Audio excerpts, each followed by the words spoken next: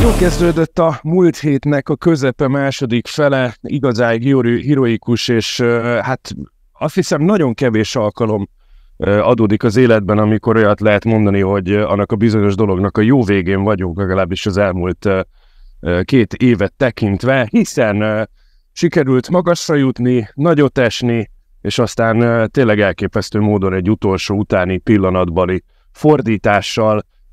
behúzni a Manchester United elleni rangadót. A hangomért elnézést, ha engem se kímélt, úgyhogy egy picit most ilyen lesz ez a podcast. De aztán, hogy ne tartson sokáig az az öröm, mindösszesen 3 napig, ahogy lenni szokott, sikerült 2 pontot otthagyni a Sheffield United otthonában. Az már egy kicsit komikusabb, és a mostani Chelsea-re emlékeztető teljesítményt sikerült letenni az asztalra, és otthagyni tényleg a Sheffieldnél. Úgyhogy picit erről, picit arról, de mindenképpen lesz téma, és lesz ehhez újra Márkus Ádám, akit nagyon köszöntök ismételten nálunk, és természetesen csak, hogy mindig duplázzuk az Ádámokat, Dicsérdi Ádám a harmadik ebben a podcastben. Úgyhogy köszöntelek titeket, menjünk szépen sorba, csak így kapkodom még én is a fejemet. Egyrészt ugye nagyon-nagyon extra volt ez a csütörtök, nagyon jól közösen kiszurkoltuk azt a győzelmet, aztán végül is ilyen teljesen spontán összeültünk néhányan a vasárnapi Sheffield elleni találkozóra, ahol meg mondjuk a legemlékezetesebb, hogy hivatalosan is az utolsó kört mi kértük ki az Itzer előző helyéről, most már ugye költöznek át máshova. Ennél szebbet és jobbat nem tudok elmondani. Ádám, te foglalkoztatva voltál az elmúlt időszakban, azért van most matchdömping rendesen itt a szezon végére. Abszolút, sziasztok, nem panaszkodom, és igencsak jó mérkőzéseim voltak. A legutóbb, amikor a Chelsea-t közvetítettem, akkor a Leicester 4-2-re verte az FA kupában, a negyeddöntőben. Hát az a mérkőzés is megmutatta, hogy milyen szezonja van a Chelsea-nek, mert volt ott minden. Egy nagyon stabil győzelemnek nézett ki, aztán úgy nézett ki, hogy az emberhátrányban lévő Leicester ellen hosszabbítás lesz, aztán megint jött egy olyan Palmer villanás, amivel a Chelsea győzött, és gyakorlatilag tényleg ő az, aki a szezon embere ennél a klubnál, és mondjuk a negatív főszereplő Sterlinget is szívesen kiemelem, aki ott mindent elkövetett azért, hogy csökkentse a piaci értékét, de ha már mondtad a duplázás az Ádámoknál,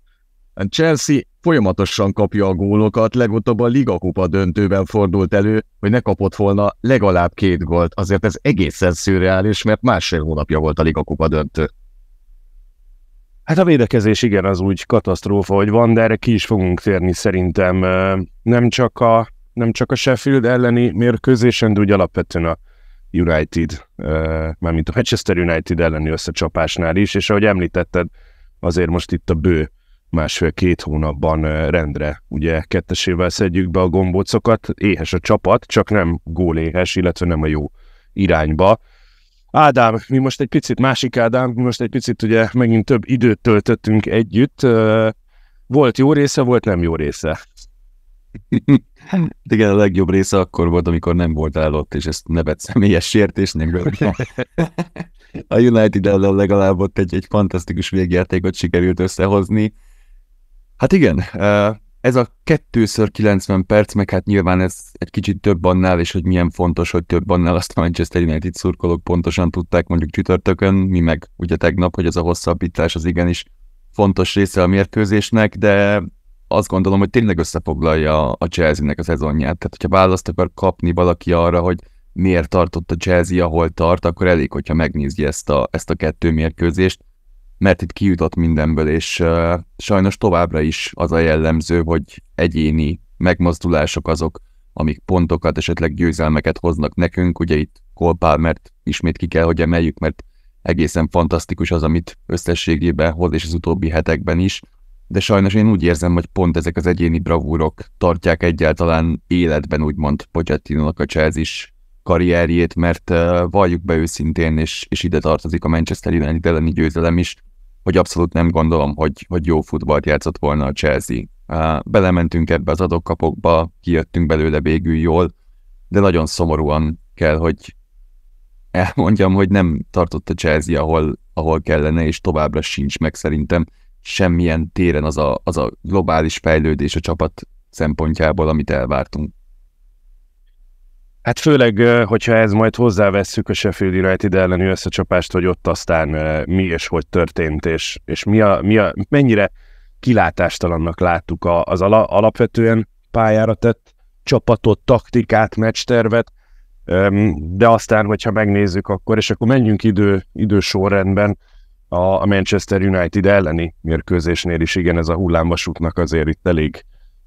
meredeken mindenféle részét megjártuk. Ugye alapvetően, ami már így szinte megszokott, hogy lassan van egy kezdőcsapat. Na most ez a kezdőcsapat valamikor jól, valamikor nem jól szerepel, és vannak azok az egyének, igen, nem lehet elégszer megemlíteni Cole Palmert, akik néha, mondjuk ő gyakran, de villan valami nagyot, és akkor éppen rendbe teszi azt, amit így nem sikerült mondjuk 90 perc alatt megcsinálni. És ennek a kezdőcsapatnak vannak olyan tagjai, akik meg nagyon odavalók, talán még Premier League szinten sem megfelelő játékosok, itt leginkább ugye a védelem összetétele, illetve mondjuk a Marcus Ádám által említett Sterling is, akik egész egyszerűen fejben, mentálisan, nem tudom, de valahol nagyon elcsúszik ez a történet. Ugye, hogyha csak a Manchester United elleni bajnokit nézzük, nagy meglepetés nem volt, az a 11 fölállt, ami fölállt, ami viszont meglepetés volt, hogy hosszú-hosszú idő óta először én legalábbis azt éreztem, hogy olyan elánnal mennek bele a srácok, jól is alakul a mérkőzés eleje, amit szerettünk volna, aztán jött a szünet, és aztán, mint hogyha mindent elfelejtettek volna 15 perc alatt. Nem tudom egyébként, hogy a szünetben Pochettino miket sikerül átadni a játékosoknak, de hát ugye a második félidő meg tragikusan folytatódott, és igen, sikerült azt a gyönyörű 2 gólos előnyt másodpercek alatt tönkretenni. Ugye hát 2-nél biztos, de mondhatom, hogy akár mind a 3 Manchester Unitedból, egy Chelsea hibából, valami látványosabbból, valami kevésbé látványosabbból indult, és akkor megint jött Cole Palmer a végén, és megfordította ezt a mérkőzést. Marcus Ádám, hozzád fordulok, először bocsánat, csak hogy teljes néven kell szólítani mindenkit itt az Ádámok közepette. Mi ezt így láttuk, így éltük meg, te ezt hogy láttad, hogy élted meg? Mi az oka annak, hogy van egy jó meccskezdés, egy magabiztos felépített előny, amit aztán meg sikerül pillanatok alatt lerombolni? Én azt a mérkőzést úgy éltem meg, az egészet nem láthattam, mert én a párhuzamosan zajló Liverpool-Sheffield United-et közvetítettem, de szerencsére nem így időben kezdődött a 2 meccs, így azért bőven nézhettem a Chelsea United-et is, és nekem így a 2000-es évek angol futballjára emlékeztetett ez a lüktető játék. Én nagyon kedveltem már akkor is a Premier League-et, úgyhogy meg volt ez a nosztalgia faktor, de hát talán a 2 leginkább kritizált edző összecsapása volt ez, és azért, hogyha valaki a legolajozottabb taktikai dolgokat várta a mérkőzéstől, akkor igencsak nagy csalódás érhette, mert azért nem véletlen, hogy Pochettino és Ten Hag alatt is remeg a kispad, de ezekből jönnek ki a szórakoztató mérkőzések, és hát az, hogy a legkésőbbi fordítás történt meg a Premier League történelmében, valóban emlékezetessé tette számotokra a mérkőzést, de hát ugyanaz a 11 futott ki, mint a Burnley ellen, hogy visszautaljunk azért arra, hogy ott is sok sebből vérzett a történet, nem kiegyensúlyozott ez a Chelsea, és hiába mondja Pochettino, hogy ő nem bohóc, hanem egy edző, azért sok vicces dolgot lehet látni, aminek nem biztos, hogy a Chelsea szurkolók örülnek. Nem, mert nem örülünk ennek a történetnek, leginkább, hogyha azt az állandóságot nézzük, most már itt, ami elkezdett kialakulni a csapat tekintetében, hogy tényleg melyik az a 11, amit felküld a pályára, akkor azért bennem felmerül a kérdés, hogy miért egy Badiashile Disasi 2-s az, akiket mindenképpen minden körülmények között erőltetni kell. Az, hogy Manu Gusto... Oké, akkor legyen ott edző. És akkor megvan oldva a probléma. De tényleg te azért ugye nagyon sok mérkőzést közvetítesz idén is. Miért tud valaki ennyire ragaszkodni 2 olyan játékoshoz, aki így látszik, hogy együtt aztán pláne nem tudnak jól muzsikálni, és én mondjuk azért főleg Badiashile-nél megkérdőjelezem, hogy egyáltalán neki ez az a szint, ahol kellene játszania. Ez a nehéz benne, hogy a legtöbb játékosnál a potenciált fizette meg a Chelsea, Badiashile is ebbe a kategóriába tart. Vagy éppen Chalobah, akik azért a korábbi időben bőven szerepeltek a Chelsea-nél, de Chalobah is egy nagyon hosszú sérülés után tért vissza, és azért azt nem mondanám, hogy Pochettino bizalmát feltétlenül élvezni. Thiago Silva pedig már rövid távon sem projektjátékos, hiába a világ egyik legjobb védőjéről beszélünk, mondjuk az elmúlt 15 évben. Úgyhogy valamilyen szinten kötött pályán mozog Pochettino, de itt jön ki az, hogy egy edző tud-e reagálni. És én azt látom, hogy nem igazán tud reagálni Pochettino, és sok sebből a védelmet emeltet ki, de azért Petrovic nagyjából most olyan mutatványokat csinál, mint a Sánchez az ősszel, ami azért a kapus kérdést is felveti. Két rossz. És akkor túl sok kérdés nincsen ezzel kapcsolatban, de igen, alapvetően láttuk a Sheffield ellen is,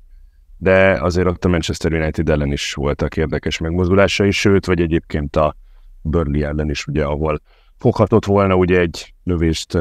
illetve kitolhatta volna, helyette fogni akarta, aztán láttuk, mi lett az eredménye. Másik Ádámhoz fordulnék, te aki viszont meg folyamatosan nézed a Chelsea meccseket, akarva, akaratlanul, vagy örömködve és szomorkodva, látod te is hétről hétre, hogy hol csúszik el ez, mi jó, mi nem jó, igen, potenciál lehetne, csak aztán amikor meg, és akkor tényleg nem csak erre a két úri emberre akarom kijegyezni, de amikor bizonyos játékosoktól látjuk rendszeresen azt, hogy valamit nem kerek, és mondjuk ott lehetne más, aki egyébként beszállhatna a pályára, vagy egyáltalán csak kipróbálni, hogy nem mindig ők legyenek, akkor miért nem ez történik? Egy nehéz kérdés megválaszolni egy olyan embernek, aki valószínűleg valamilyen mentális problémával küzd, hogy ezt a csapatot most képes percről percre végignézni a szezon során. Stockholm-szindróma. Igen, nagyjából amúgy ez a megfelelő, és ez pont eszembe jutott ez a kifejezés tegnap, mikor leültünk meccset nézni. Nekem az az érzésem, hogy volt egyfajta rendszer, vagy volt egyfajta felállás, ami ugye elkezdett működni, vagy pozitív irányba mozdult el bele a Chelsea. Ugye ez tulajdonképpen az a 4-2-3-1 volt, amivel hát ha nem is lettünk olyan kifejezetten jók, de ahol talán a legtöbb biztatójelet lehetett látni a csapaton, és Pochettino nagyon ragaszkodik ehhez, úgy érzem.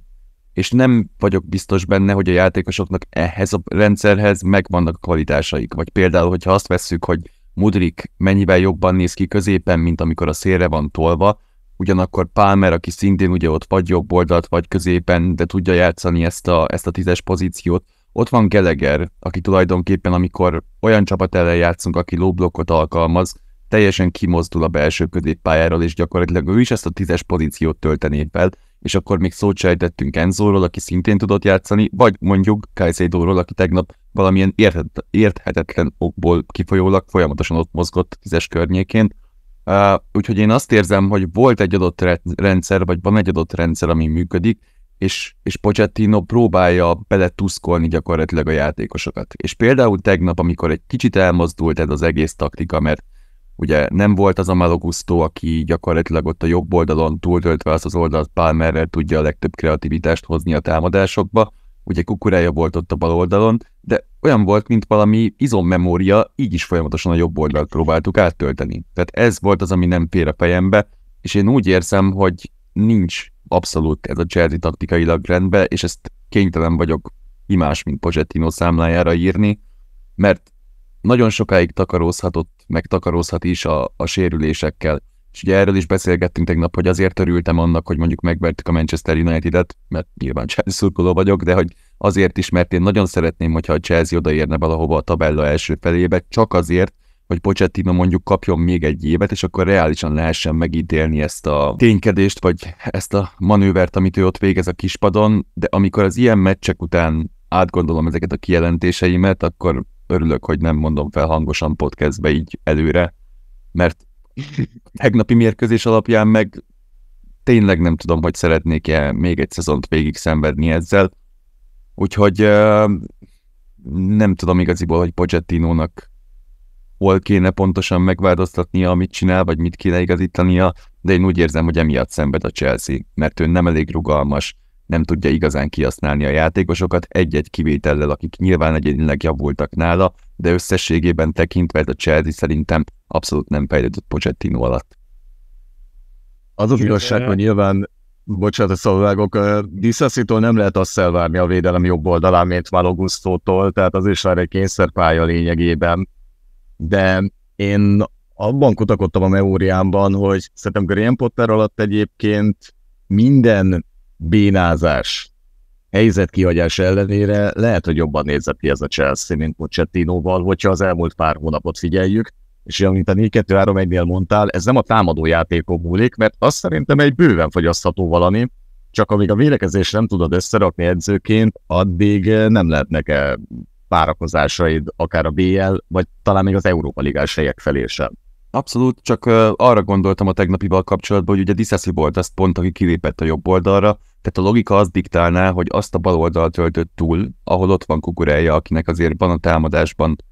hát több köze van a támadáshoz mondjuk, mint Disasihoz, és ennek ellenére... Jó, tökéletesen egyetértünk. Tehát, hogy ezek amiket így külsőleg olyan emberek, akik nem is szakértők, csak mondjuk futballkedvelők látnak, és mégis meccsről meccsre hozzuk újra, ezért nehéz most nagy bizalmat fektetni Pochettinóba Chelsea szurkolóként. Ha nagyon sarkítani szeretnék, és most direkt felnagyítom a dolgot, de ez körülbelül olyan, mint amikor Viktor Lindelöf volt a bal hátvéd kényszerokokból a Manchester Unitednél, és azért tudták, hogy nem rá kell építeni a támadójátékot, mondjuk mivel nem is nagyon van támadójáték a Manchester Unitednek hátulról építkezve, de tényleg, tehát Disasi egy belső védő, egy darabosabb valaki, tehát ez tényleg egy olyan rendszerhiba, amire rávilágítottál, amire edzőként reagálnod kell. Ez nem egy új dolog egyébként, tehát ugye a kényszerből, ugye Disasi többször játszott már jobb hátvédet, csak akkor ugye úgy nézett ki, hogy a bal oldalon is közép hátvéd volt, ugye. Hirtelen akartam mondani angol fiatal közép hátvédünket. Colville, igen, mert majdnem Chilwellt mondtam, mert az megállna a helyet bal hátvédnek. Szóval Colville volt ott, és hát úgy volt meg a 4 védőnk, és akkor alapvetően érthető volt, hogy miért az a szisztéma, hogy ha nincsen 2 szélső védőd,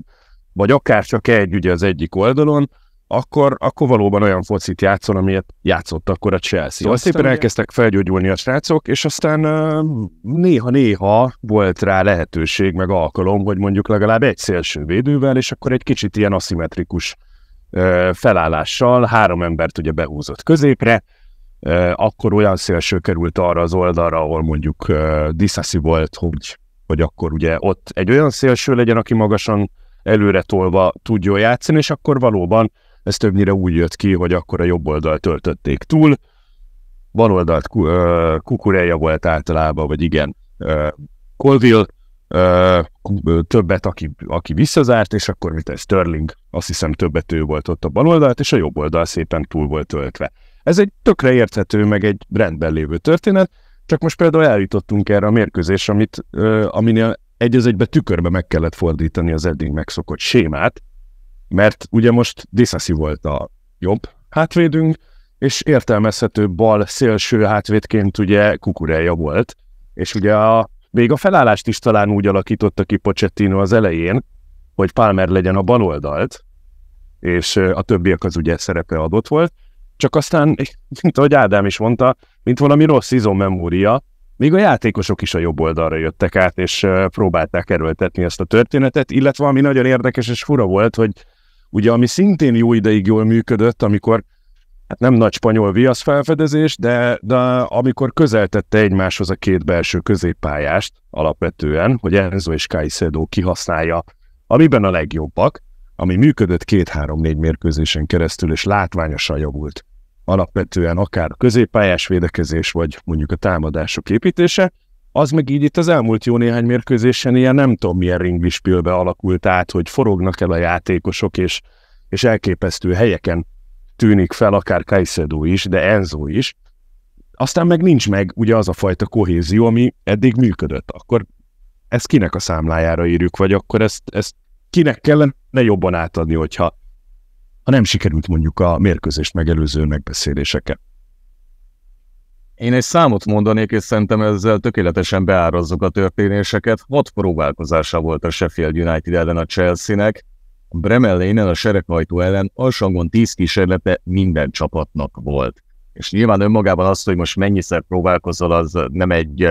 lényeges dolog, mert lehetnek ilyen 30 méteres átlövések, amik nyilván nem akkora helyzetek, mint mondjuk az 5-ösre az ígyszerben lenni, de az, hogy tényleg ebben a stadionban a Newcastle több gólt szerzett, mint ahányszor próbálkozott a Chelsea, így teljesítsen a liga leggyengébb védelme ellen, meg a Premier League történelem leggyengébb védelme ellen a Chelsea, az én továbbra is tartom, hogy azért edzői felelősség, visszautalva a korábbira, amikor szerepelhettem nálatok, hogy nem lehet Pochettinót elmozdítani idő előtt, tehát ebben egyetértettünk, de hogy ettől függetlenül azóta a megfejtés nem igazán találta meg az úriember. Igen, kérdések továbbra is vannak, és egy picit olyan, hogy elhívnak másodszor, és ugyanazokat a kérdéseket teszem fel, mint mondjuk 1,5-2 hónappal ezelőtt. Csak ugye, és ezt most másik Ádámhoz irányulva, ugye ezt beszéltük, hogy tök jó, meg nagyon szép, meg nagyon jó, hogy a Manchester United ellen sikerül megnyerni azt a 3 pontot, és lőtávolba kerülni egyébként, hogy tényleg egy picit kikerekedjen ennek a szezonnak a vége, bár ugye van még bőven mérkőzés, és nem egyszerű mérkőzés hátra, meg hát az eddigi teljesítmények alapján ugye azért nehéz elvárni azt a csapattól, hogy azt a 8 mérkőzést zsinórba húzzuk be, ráadásul ugye benne van még egy Arsenal is ezekben a jövőbeni találkozókban, de hogy hát legalább a Chelsea eldönteti a bajnoki címet. Igen, az egy másik kérdés, de hogy legalább ott van a kezünkben a saját sorsunk, mert és akkor ugye ezt még a Sheffield United elleni mérkőzést megelőzően beszélgettük, hogy ez így mind nagyon szép és jó, de ennek az egésznek akkor lesz értelme, ha majd most a sereghajtó ellen sikerül valami épkézláb teljesítményt letenni az asztalra, mert aztán egyébként megint saját magunkat rúgjuk lába. Nekem és a Morgan Freeman hangját lehet képzelni, de nem sikerült. Csak az összepontokat illetően, tehát megint 2-re van a 6. Manchester United-től a Chelsea, tehát megint ott vagyunk, és egy hosszabb veretlen sorozat van egyébként a Premier League-ben, csak hát ebben ott van a Burnley, meg a Sheffield United elleni döntetlen, a Brentford elleni idegenbeli X, szóval még mindig simán benne van ez a 6. helyennél a csapatnál, mert annyira hullatják a pontokat a többiek is, hogy ebből még egy szép sztori is kisülhet, csak látjátok mi is, és emiatt beszélünk erről, hogy hosszú távon nagyon recsek ropog ez a Pochettino projekt. Főleg úgy, hogy nem kaptunk ugye 2-nél kevesebb gólt ezeken a felsorolt jó szériába tartozó mérkőzéseken, és gyakorlatilag én ezt érzem a Chelsea-n idén, hogy, és ez jelzi szerintem azt, hogy Pochettino mennyire taktikailag nem tartott, ahol egy Premier League top mezőnyébe tartozó edzőnek kellene, hogyha oda vágyik természetesen, mert tényleg az van, hogy a Chelsea kimegy ezekre a mérkőzésekre, és hogyha egyénileg, meg nyilván csapatként, de hogy így futballtudás, meg szerencse, meg egyéb faktorok alapján mi azt be tudjuk húzni, akkor eljövünk 3 ponttal, hát ha nem, akkor vagy lesz belőle 1, vagy 1 sem. És ez szerintem tökéletesen látszik mindegyik mérkőzésünkön, amit itt játszottunk, ugye nagyjából a bajnokságban ugye a Wolverhampton elleni mérkőzés óta nem kaptunk ki, ebbe rondít ugye bele a Liverpool elleni kupadöntő, de hogyha így végigveszed a mérkőzéseket, nem mondanád egyikre sem, hogy ez egy kontrollált mérkőzés volt, és hogy itt tényleg a Chelsea 100% a kezében tartotta, ez mindegyik szinte ilyen kiki mérkőzés volt, hogy bárhogy alakulhatott volna, abszolút nem volt kontroll a Chelsea által. Hogy én is számokat hozzak, bocsánat, a legutóbbi 9 mérkőzésünkön 10-szer jutottunk vezetéshez, és 10 vezetést szórtunk el. Ez elképesztő szám, és nagyon jól jelzi, hogy a Chelsea mennyire nem tudja kontroll alatt tartani a mérkőzést, és biztos vagyok benne, hogy az a pozitív tulajdonság a Pochettinónak, ugye, ami miatt főleg őt idehozták egy ilyen fiatal kerethez, az, hogy ő mennyire jól tud bánni a játékosokkal, ezt én abszolút megértem, és szerintem mentálisan nagyon sok játékosunknak segített, hogy jobb formába kerüljön tavaly óta, vagy hogy kihozza magából a legjobbat, vagy egy jobb teljesítményt, de én úgy érzem, hogy a játékosok nem fognak átlépni egy bizonyos ilyen plafonon, hogyha Pochettino múlik. Mert lehet, hogy egyénileg őket nagyon jól tudja menedzselni, vagy edzeni, vagy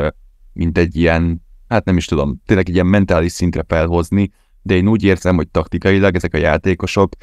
idővel meg fognak ragadni egy szinten, hogyha Pochettino keze alatt játszanak. És én ezt nagyon sajnálom, mert én igyekeztem látni a pozitívumokat, ugye, amikor idejött Pochettino, meg szerettem volna. Voltak is? Voltak is, és nem is akarom elvenni azt,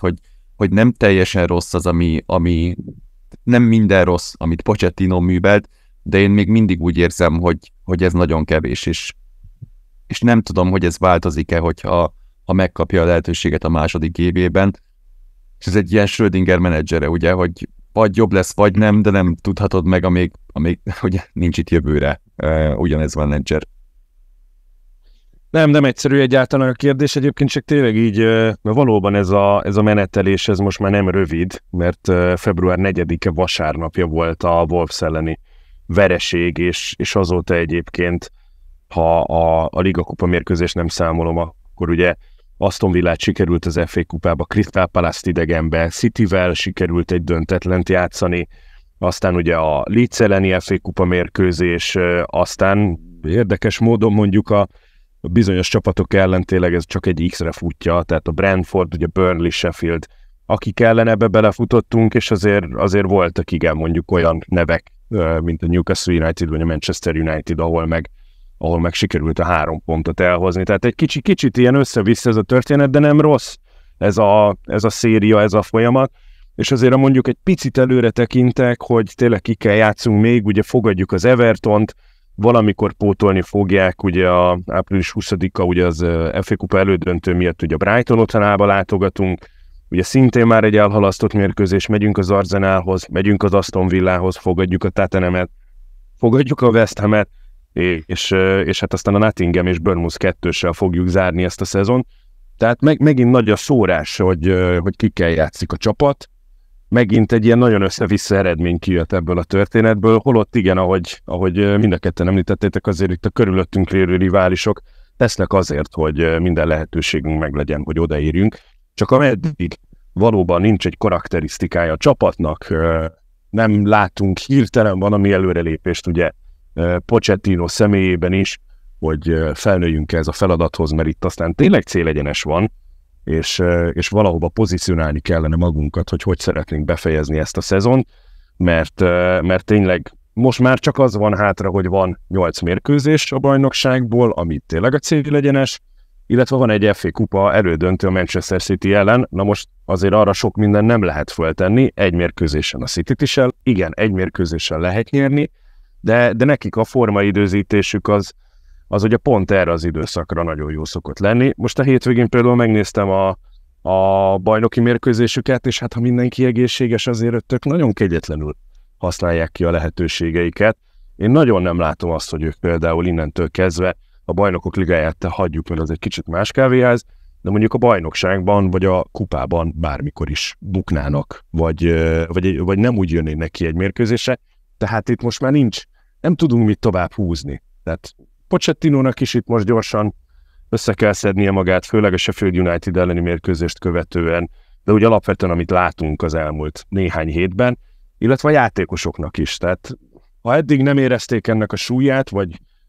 vagy jaj, meg mindenki túlságosan fiatal, és nem értünk meg a feladathoz, így most vonalat kell húzni, és igenis valami irányba menni kell, mert aztán minden héten meghívhatom bármilyen jó vendéget, de majd itt tanástalanul fogunk állni, és itt kérdezgetni egymást, hogy hát szerinted ez miért nem így történt. Ott volt a lehetőség, de aztán nem használta ki, úgyhogy az meg egy kicsit unalmas lenne. Na, de egy kicsit legyünk... Ezzel rögök itt magamban. Bocsánat, hogy egyrészt a City-nél mondtad, valóban, de kicsit ez olyan, mint a legnagyobb sikersorozatok, hogy folyamatosan tudod, hogy parádé a forgatókönyv, meg minden, csak előbb-utóbb van az, hogy beesik egy széria nézettsége, és lehet, hogy a City-nél pont ez a széria lesz az, ami már nem lesz olyan sikergyanús a képzavarra, hogy ez a bestseller, mint mondjuk az elmúlt 3 év, amikor rendre odaértek a Chelsea, meg tipikusan olyan, mint amikor mondjuk van egy kapcsolat, mind a kettőtöknek tök jó az alapcsomag, stb. Csak aztán, ahogy ismeritek meg egymást, egyre jobban kiderül, hogy fú, hát a barátnőd családja mégsem olyan, amilyet elterveztél, hát még lehet, hogy én nem tudok róla, de horkolok, és akkor a végén annyi az érvkészlet, hogy hát minden működik, olyan aranyos vagy, és körülbelül most Pochettino ebben a státuszban van, hogy nagyon aranyos, nagyon jó, de tudjuk, hogy hát nem ez lesz a hosszú távú sztori mégsem, úgyhogy hamarosan Tinder gyanús lesz a dolog nyáron. Aztán lehet, hogy tévedek. De a City ellen például nem kapott ki a Chelsea ebben a szezonban, és mondjuk az Etihadban az 1-1, az szerintem parádésan nézett ki egészen addig, amíg nem cserélte el magát Pochettino, tehát akár még arra lehetne is építeni. Mondjuk klasszikus hatosból csak a United kapott ki idén a City ellen, tehát hogy a Citynek van egy ilyen érdekes szériája a bajnokságban, hogy ha jól, abszolút, akkor ők csak a United-et tudták megverni ebből a klasszikus top 6-ból, ami ugye már elég rendesen itt szétszélet, meg szétfújta a szél, főleg itt a Chelsea jó voltából. Sőt, ugye a top 5, tehát a jelenlegi 5-ből most tudtak először nyerni az Aston Villa ellen. Tehát az, hogy áprilisig nem tudnak nyerni a BL esélyesek ellen, az is azért jelzésértékű. Így van. Egyébként ez meg, ahogy mondtad, ez egy jó szoppanopera, tehát hogy a Chelsea meccseinek a történései az tényleg beillik ebbe a körbe, hogy ez jól alakul, aztán van valami hiba, ezt most meg kell oldani, vagy van valami, nem tudom, odaadjuk az ellenfélnek a labdát, és akkor abból oldjátok meg. Tehát igen, ez egy kicsit szappanopera, ami felé megyünk. Van egy argentin edzőnk hozzá, ugye dél-amerikai szappanoperák azért nagyon hosszú életük tudnak lenni. Hát reméljük, hogy valami. Ha már Pochettino is. Ha már Pochettino. De csak ne csak az legyen, hogy szomorkodunk, meg feltesszük ugyanazokat a kérdéseket, azért vannak itt olyan játékosok, akiknek tudunk örülni, és hát nem lehet eléggé szuperlatívuszokba beszélni Cole Palmerről, aki ugye Mester 3-as szerzett, ugye mindösszesen 5 játékos van, azt hiszem, akik Mester 3-ast értek el a Premier League érában a Manchester United ellen, és ugye ő volt a második Chelsea játékos Samuel Eto'o után, és most ugye egy gólpasszt is kiosztott, és például a dupla-duplától, már mint ami a gólokat, gólpasszokat tekintve, már csak egy asszisztra van, hogy meglegyen. De hogyha a gólban való részvételeket nézzük, akkor például főleg első szezonban, akkor egyedül Jimmy Floyd Hasselbank az, aki megelőzi a fiatal angolt, tehát például még Eden Hazardnál, vagy más korábbi jó nevű Chelsea játékosokat is nagyon komolyan túlszárnyalt, és hát aztán majd lassan lesz itt EB egyébként, felmerül a kérdés, hogy mennyire lesz majd neki szerepe, illetve mennyire lesz ez mindig így, hogy bármi történjék is, majd jön Cole Palmer a hős, a megmentő, aki kihúzza a csapatot a szarból, így finoman fogalmazva. Szerintetek mennyire marad ez így meg, illetve hol lesz a plafonja Cole Palmernek? Az az érdekes kérdés Cole Palmernél szerintem, hogy most arról beszélünk azért, hogy a Chelsea-nél vannak működő dolgok, még találunk, de összességében azért egy káosz van.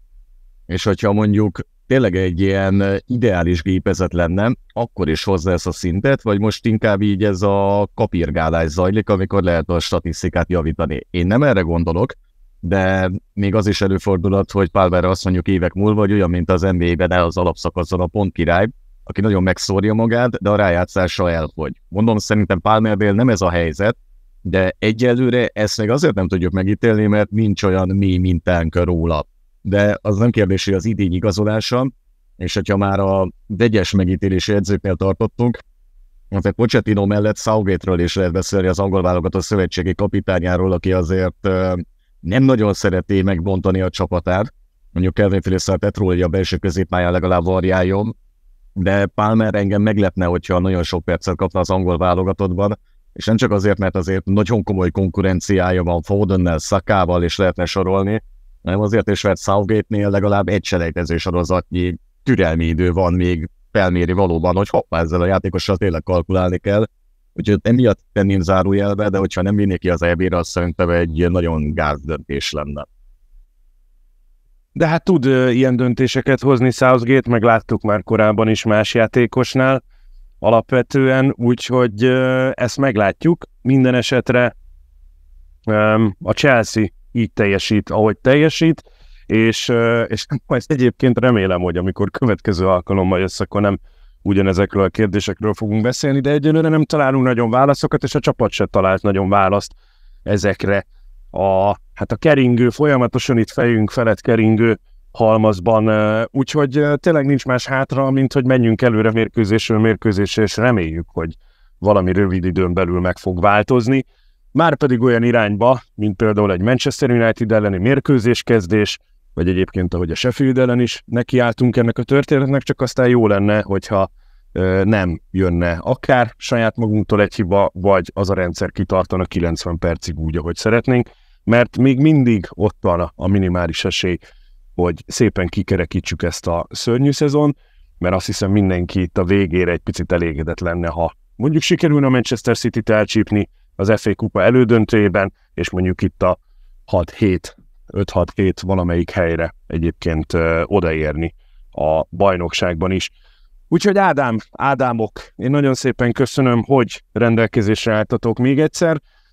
Remélhetőleg a következő körben már tényekkel és adatokkal és számokkal tudunk majd erre a dél-amerikai szappanoperával kapcsolatban előre haladni. Addig pedig hát nincs más hátra, találkozunk a következő podcastben. Sziasztok!